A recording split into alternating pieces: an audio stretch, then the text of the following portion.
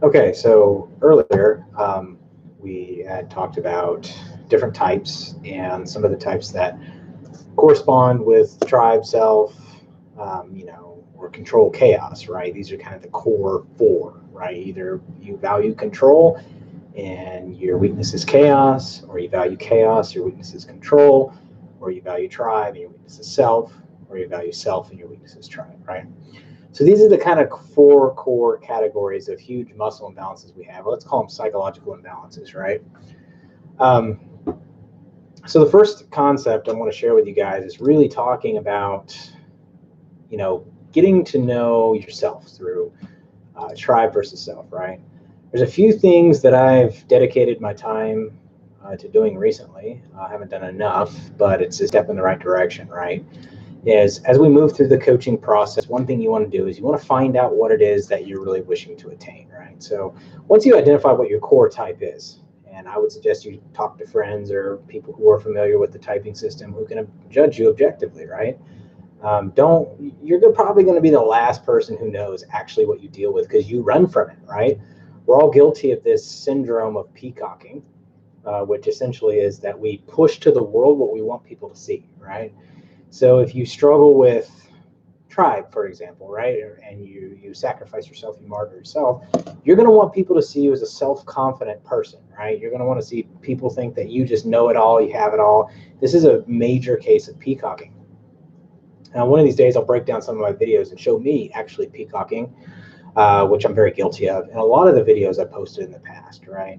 So peacocking is essentially we're wanting other people to see what we want to see in ourselves, which ultimately is that last function or that demon function. In my case, it would be an identity, right? Who I am. So for people watching this particular video, it's the same core concept, who you are, right? So we're guilty of this. So first step is to figure out what your major problem is, right? And that comes from self-awareness. The advice in this video will apply to a lot of people because we're talking about developing self-awareness and figuring out where I don't know comes from. So if you find yourself saying I don't know a lot, which is pretty common, right? I don't know what I deal with the most. I don't know what my type is. I don't know what my biggest struggles are. I don't know what my challenge is, or I don't know how to solve this issue, or I don't know, right? So this is coming from a lack of self-awareness. So what we need to do is actually cultivate self-awareness. So that's step one. All right. So cultivating self-awareness. Now, this comes from understanding the first thing of self-awareness, which is, okay, I have a problem. I don't know, right? So it's coming from what recognition? I guess it's kind of chicken or egg because you do need to have awareness that you don't know. But if you're that far along, there's the very basic step of identifying what to do from there. Okay. So one of the things I'm going to talk about is the modalities. This is really important to develop a little bit of self-awareness. Modalities is essentially the way we map the world, right? So the way that we experience reality. We don't experience reality the way that we think we do. We experience reality. We experience our own interpretation of that reality. Two people can experience the same thing, but they can derive two different meanings from it or two different experiences. One person can crawl in a hole and love it, and the other person can crawl in a hole and feel claustrophobic. And this is all due to our experiential or a mapping of these experiences, right? So it's not the territory itself, it's the map in which we essentially psychologically categorize that, right? So when we come to cultivating self-awareness, the first thing is those modalities. There's three major ones. The first one is visual. Second one's auditory. The third one's kinesthetic, right? These are the major ones. Now these obviously go further, but these are the ways that we're mapping our experience, okay? I'm not talking about what type of learner you are. I'm talking more about how you map that experience. When you recall something, you can recall a visual. Say, think of a tree, right? And you may actually experience the feeling of standing next to a tree. You may actually hear the tree blowing in the wind, or you may actually just see a tree, right? And it may also depend on how I asked you. So if I said visualize a tree, you probably visualize it. If I said smell a tree, you probably try to smell a tree. So when I say think of a tree, it might indicate that you just think of a picture of a tree, right? But the point is, is how you've actually mapped that experience, or whether it's a tree or anything else that you've experienced. So I'm not talking about learning. I'm talking about how we're mapping these experiences. So become familiar with the modalities of any experience you have. So when you think of a painful memory or a particular thing in which you are not experiencing something, think of the modality in which you can experience it. Okay, so the first step is I have this problem with who I am, as in I don't know who I am, right? I have no idea who I am, or I have no idea what I'm struggling with. First thing is, okay, well, that's a perfectly fine understanding of acceptance, right? I accept that I don't know this. I accept where I'm at today. I accept that I'm dealing with this issue. I accept that these are the things that are going on. And then I ask, okay, so we can ask several different questions from this point.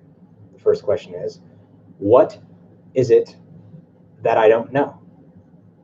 Right? This is an important question. What is it that I don't know? Say who I am. Well, okay. Well, what is somebody who does know who they are? What do they know? Right? And once we start narrowing down this path of identifying what it is that they're knowing, so in my case, I do know my values. I do know what I value, and I do know what my core values are, and I do know what my principles are. So it's not an absence of principles. It's an absence of, okay, what is this intangible concept, right? What is this formulation thing that I don't know? What is it that I don't know? Okay.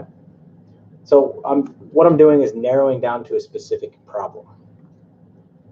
Okay, so a very specific issue that I'm going. This will go back to the modalities in a second. We're going to use those modalities to explore this further. Okay. So anyway, I was kidding about the talking. It was a complete joke. So I just got a comment here. Why do a live if people can't talk? That was a joke. Everybody can talk. Okay, I was totally pulling everybody's leg. Sorry about that. I thought it was funny. I guess I got delivered the wrong meaning, but no, it's totally fine to mention your comments there. So anyway, so now that we asked the question, is going back to what I was saying, is that what is it that I don't know? Because this is really vague, right? I don't know who I am. Well, okay, well, what is it that you don't know? I mean, you don't know who you are, but who are you, right? So digging into that, right? What is it that you wish? If you were to think of what you could be or who you could be, right? What would that look like? Okay, this is an important question to ask us people who struggle with tribe, right? Or struggle with self, and we are okay with the tribe. We're okay working with the tribe. We're digging deep. Okay, so what is it that? What would it look like if we were content with who we are? Well, so now you're going to start seeing some answers. Well, I'm this, right? Or I'm that, or I'm a multi-millionaire, or I'm a super wealthy, or I'm running a business, or all this stuff. Okay, there's nothing wrong with those goals themselves, but if your belief is that, like my belief is that you should not be attached to the external, right? I think that it's really coming to a core of my spiritual belief, right? So this is my perspective. Now, I'm not saying that you have to believe that. If you're okay with those goals, now you got to figure out, it's no longer self-awareness because you've recognized that's where you want to go. Now it's an obstacle. Are you in a stuck state or not? But in my case, we're going to use me as a good prototype for this. All right, so the spiritual. All right, so it's who am I? Well, it's when you take away the job, when you take away the work, you take away the friends, you take away the relationships, you take away all the objects and material, what are you left with? A series of principles, right? And character, right? Which are kind of guided by principles, right? What is it that you do on a daily basis? What does that look like? Now it's time to kick in these modalities, right? So what are the visual modalities? What are the visual things that that I see? What does that look like, right?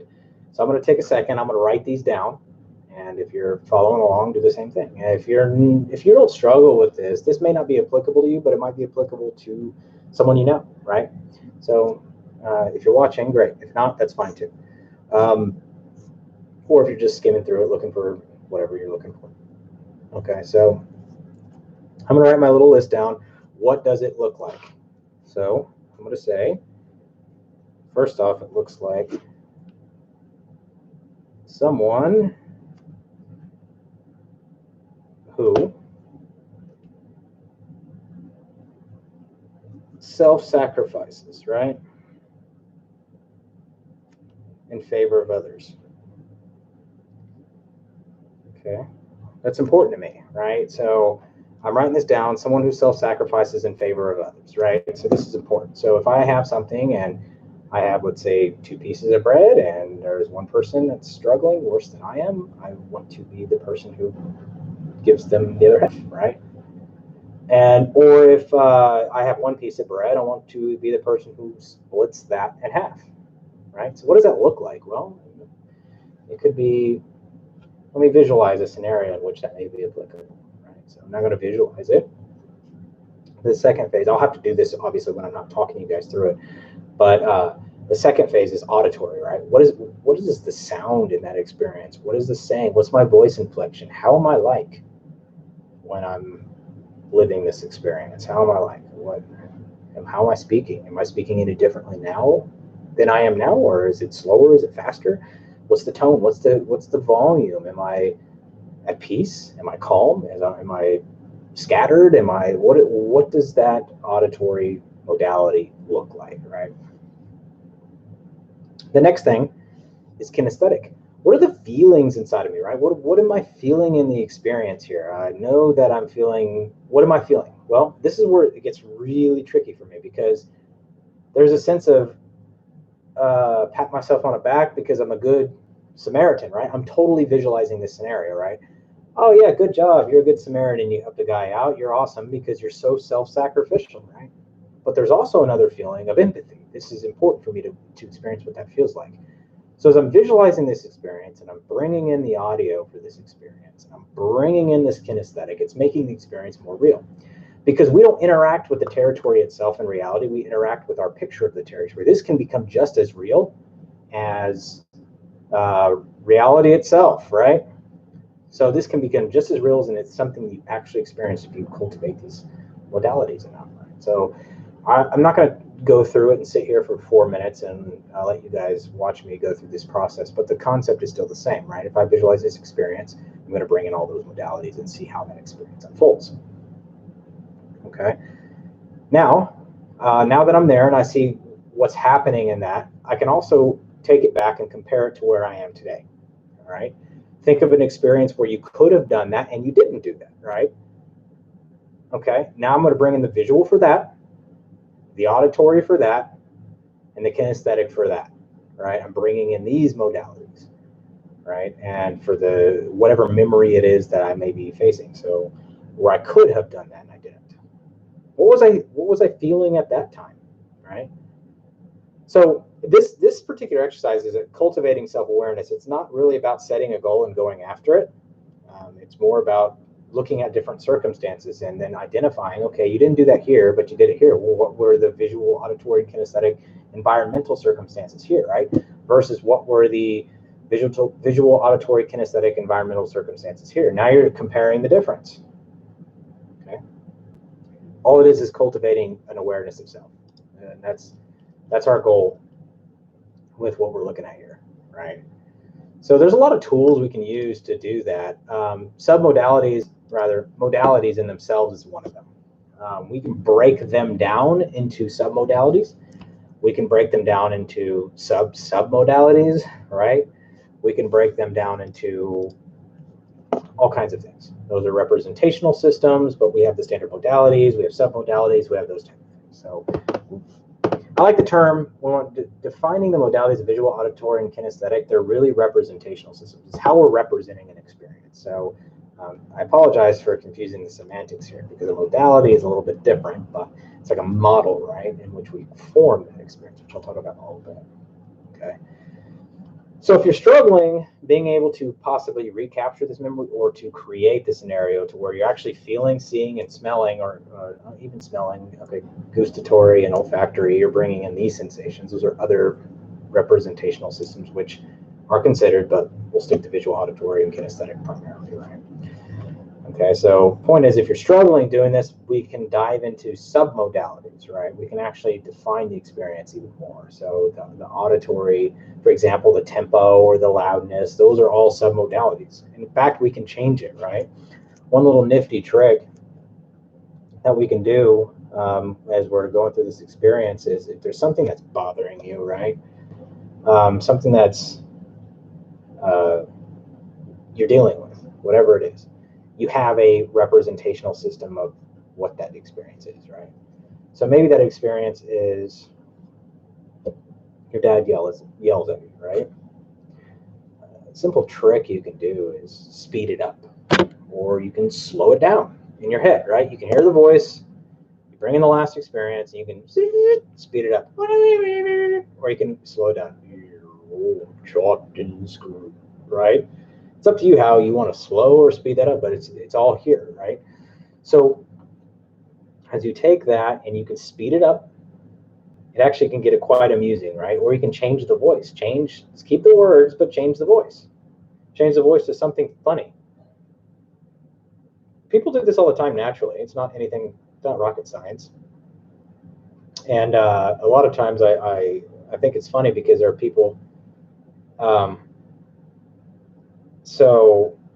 think it's funny because there's a lot of people who do this naturally. They speed things up in their head and they just start laughing, and you're just like, that there was nothing funny about that, but they're doing it already because they're interacting with the way they've created, the boundaries they've created for that. So this is one small thing you guys can do almost immediately, right? Is cultivate that self-awareness by simply using modalities. Check your experiences. Start identifying why you're doing stuff that you're not doing, right? So I know that I did this differently than this scenario and this scenario. Well, what was different, right? What was different? Why is this what I want to be, and why is this? And if you realize you're not what you want and you're not doing the actions you want, you've identified why, now you're looking at goal orientation, right? Changing it. Okay. So little things you can do along the way to really start cultivating what you're dealing with. So anyway, didn't want to make this a super long video, but this was long enough to get the point across, and I hope that you guys get some value from this. I'll post these once in a while. I'm not sure exactly how, but key thing here is go figure out your type first. Stop lying to yourself, because quit peacocking, which is in the beginning of the video I talked about, right?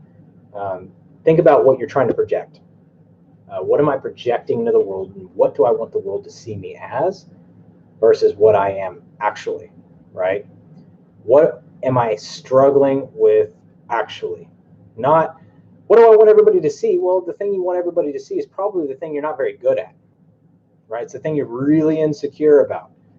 And that's the first ticket, right? That's the thing I'm super freaking insecure about. The thing that I don't want anybody to know because I'm insecure about it. So I'm going to project everything else in the world to cover that up.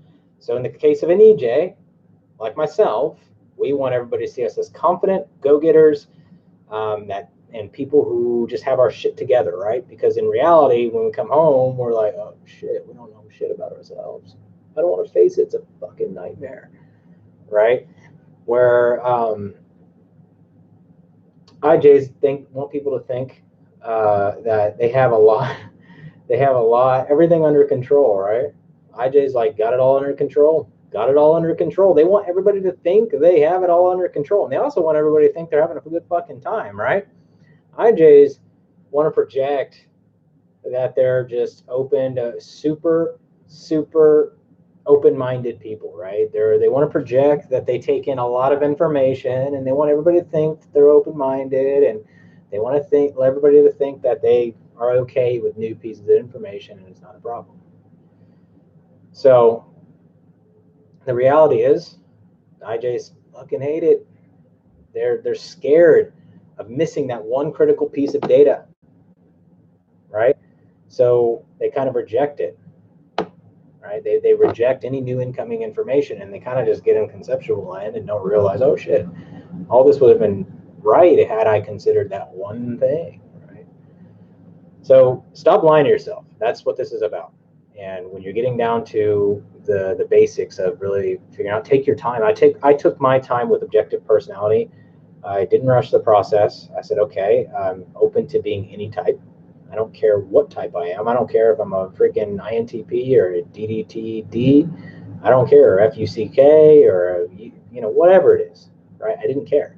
I just said, okay, I'm just going to be open. What's the biggest challenge here? But I kept going back to tribe versus self, and I said, there's something here that I really struggled with. And it's great because I watched my old videos. I typed myself through my old videos. That's what really did it, right? So I took into consideration. I took into consideration what I was peacocking on, right? And I remember when I made my videos, what I was going through. I remember the feeling I went through as I constructed those videos. I remember the things that I went through, right?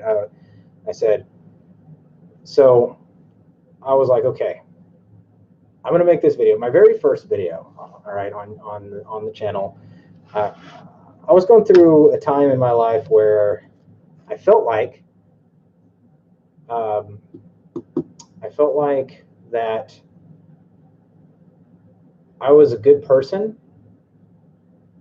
but I also was peacocking, a little bit lacked self-awareness, right? And I was peacocking like I was a INFP or INTP, right? I was peacocking like I was an INP, roughly, right? Or even an ISTP or I. And the reason being is that I wanted people to think that I was so self-assured. So if you look at the beginning of my videos, very early on, there is this sense of arrogance. There is this sense of, I know and you don't, right? And if you only knew what I knew, that you would be doing very well as well, right? If you only knew what I knew, you'd be doing really well. And I am better than the tribe, and the tribe needs to follow me, right? This is all peacocking. I knew when I was making that video, I said, man, this is really inauthentic. I felt it. I didn't actually consciously conceptualize that it was inauthentic, but I felt it. I felt inauthentic, and I always hated my original videos. I hate watching them today because I've become much more self-aware over the last 3 years, right? So I said, okay, I remember what I felt like when I made those videos. So I was like, man, I don't want to watch these. I never watched them. It took me forever to go back and actually watch some of them. That's how I typed myself, right? I looked at my old shit. I even went back a little further and looked at some of my old stuff that it's not even on YouTube anymore. It's like stuff in my old archive, on my old hard drive, right? I looked at some of my old writing. I was like, holy shit, right?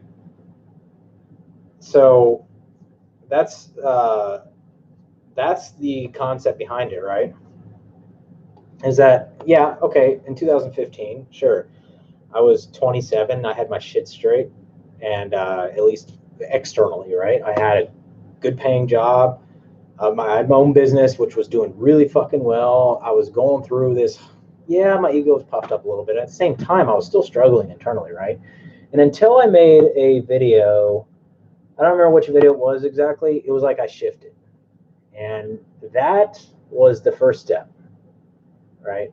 There were several transitions along the way of my journey, at least on YouTube. You guys don't even have a quarter of what's going on, but I went back and I realized, okay, here's where the primary issue was, right? Man, I kick my own ass all the time, right? It's like, you're not fucking good enough. You can't do it. You're gonna do it. Get off your ass. Do more, do more, do more, do more. And naturally, I'm like, okay, you're right. I'll go do more. But that's not what this is about. It's about really coming down to the point and realizing that that's the wrong way to approach this. Okay, so I recommend, if you guys are really trying to figure out your type, is to let go of MBTI. First off, don't go into objective personality with any preconceptions, right? Because chances are you're probably the opposite of what you believe. It's probably the complete opposite. If you think you're an INTJ, you're probably the opposite. If you think you're a ENFJ, you're probably the opposite, because most of us are guilty of peacocking. Fuck, I mean, I was doing it on videos. I wasn't peacocking a type. I was just doing it on videos, right? I was trying to be as objective when it came to my type as possible. But we can't be fully objective when it comes to ourselves. It's always good to ask your friends, hey, look, do you think I'm a control freak? Do you think I struggle with this? Look at people, ask people who are watching you, right? This comes back to our point of this video, right? Self-awareness. Well, it sucks sometimes to hear people's honest opinion, but it's going to take you one step closer, right? I mean, I'm telling you, I fucking hate feedback sometimes. I'm just like, this is fucking awful, but Tribe thinks I fucking suck, right? And that's really what's going on, is like, I don't like this Tribe rejection, right? So I don't like the feedback. I may act like I do, hey, thanks for the feedback, but in reality, I'm like, fuck you, right? So key is when you're trying to figure out your real type, as far as getting usage or usual shit out of your tribe, or I'm sorry, usual shit out of your type, useful shit out of your type, instead of just saying, hey, let's play the MBTI game. What type are you? I'm the dolphin, right? Or I'm the butterfly, or I'm the elephant, you know, or I'm the ISFJ, I'm the people hugger, whatever the fuck it is. That's all fun and dandy, but if you're very serious about using type as a tool, you need to take a step back, let go of the biases, and try to figure out where your real challenge is, right? And some of the first questions we ask is, you look at it on a dichotomy. It's a coin, right? You flip it. It's one or the other, one or the other, one or the other. Is it tribe or is it self? Is it gathering or is it organizing? Is it reasons or is it values? Is it, you got to think of these things, right? All right. Is it concepts or is it sensory details, right? And is it concepts or is it realities? Oh, that's a tricky one. Concepts or realities? Which one, right? Well, I'm a realistic person. Well, you know, I think we've gotten to the point where we're like, FE cares about people. Well, fuck, I care about people. I'm FE. I'm nothing but an ENFJ. But if you don't have FE, I guess you don't give a fuck about people, right? I mean, that's what I'm telling you. That's what's wrong with this broken MBTI shit, right? So I think it's also not a measure of skill, right? So although I'm logical, there's people who are way better at logic than I am. Maybe they took 20 classes at it. I guess they switched types somewhere on the 5th or 6th class, right? They got better. So the thing is, we can't categorize these types as caring, non-caring, because you can't be one or the other on the side of the coin as far as types go. You can't say that one type cares and one type doesn't. You can't say that one person is about this and one type is about that. That's not necessarily true. It has to be flip side, right? So FI-FE, well, what is the difference? Well, FI is more about personal values over tribe values, right? Self values. Tribe values or self values, right? And maybe their self values are, I care about people, but my self values they're stronger and they have more value in my psyche than what the tribe's reasons are. So I don't give a shit if the tribe says all of this bullshit, right? If they say all this bullshit, I don't care, because I know who I am and they need to listen, right? This is very much the IP personality, right? The tribe can say all they want, it doesn't matter, whether it's the reasons or values, right? So I don't even want to go down that road, but so point is that we can't really be objective when it comes to most of these systems. It has become this astrology-like feel, right? And if you want to use it as a tool, the first thing you need to do is say, hey, this is my issue, right? I can work with people whether they know about this or not, right? They don't need objective typing to know what their core issues are. Now, I think it's another self-awareness tool, though, right? It's like, okay, I know that this has been my life problem. Now it's been categorized, and I probably struggle along with the other one out of the other 512 types.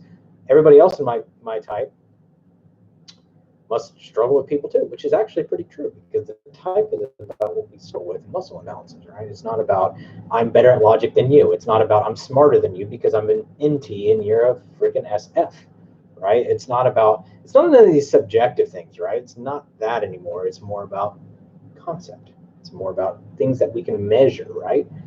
What do I wrestle with the most can be measured, right? It can be. I can tally up how many fucking days a week I question who the fuck I am. I can measure that. If I really wanted to, I could just tally it all up. Okay, you did it on Friday at 3, you did it again Friday at 4, you did it again at Friday at 5, and then everybody pumped you up and made you feel good, so you didn't do it for a few hours, and you did it again at 9, did it again at 10, you did it again at 11. And you can seriously measure this, right? I think the easiest way is just to look at videos of yourself over time, and hell, just record them and just fucking rant. See what you keep repeating back and repeating back and repeating back and repeating back. And if you're there's this point where it's like, and that point is generally, if you feel the need to repeat it, it's something that you struggle with. So it's an important thing to measure.